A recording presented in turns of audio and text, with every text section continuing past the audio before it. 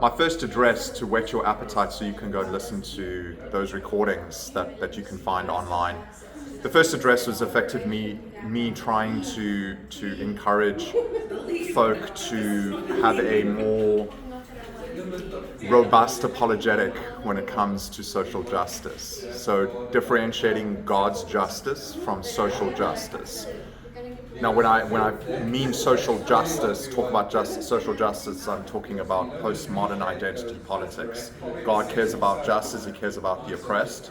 But when it comes to postmodern identity politics and their conception of justice and dignity and humanity, that's disconnected from God and his natural or moral laws. It's disconnected from the Christian faith because it's reconstrued in terms of our use of language.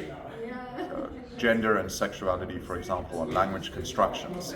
And something that I've tried to encourage in my first address is to have a way of pushing back against that with our idea of the body, the human body, being, in a sense, a judicial organism. It's made in the image of God. It's made after the creation covenant image.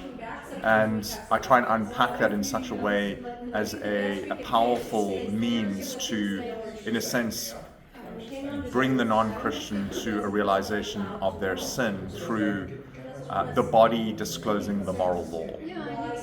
So that leads me into my second address, where I fill that out further. So this idea of the law of God cannot be disconnected from the body.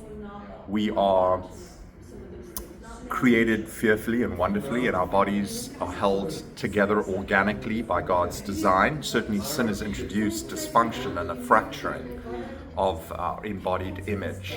And I think that as we consider our psychological or psychic aspect to embodiment, we can learn from the psychoanalytic tradition that indeed we have a tendency to repress and suppress dark, unsavory truths about ourselves, including sin, Romans chapter 1.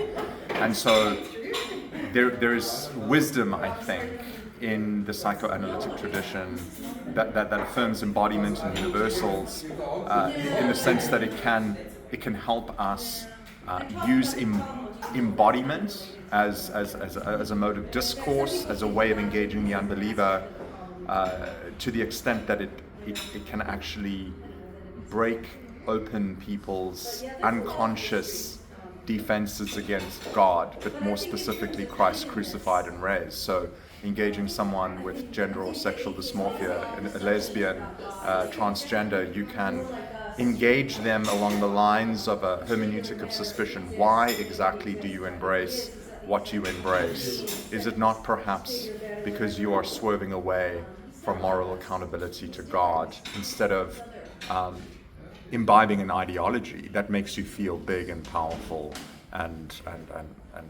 sort of privy to a special knowledge concerning humanity and God?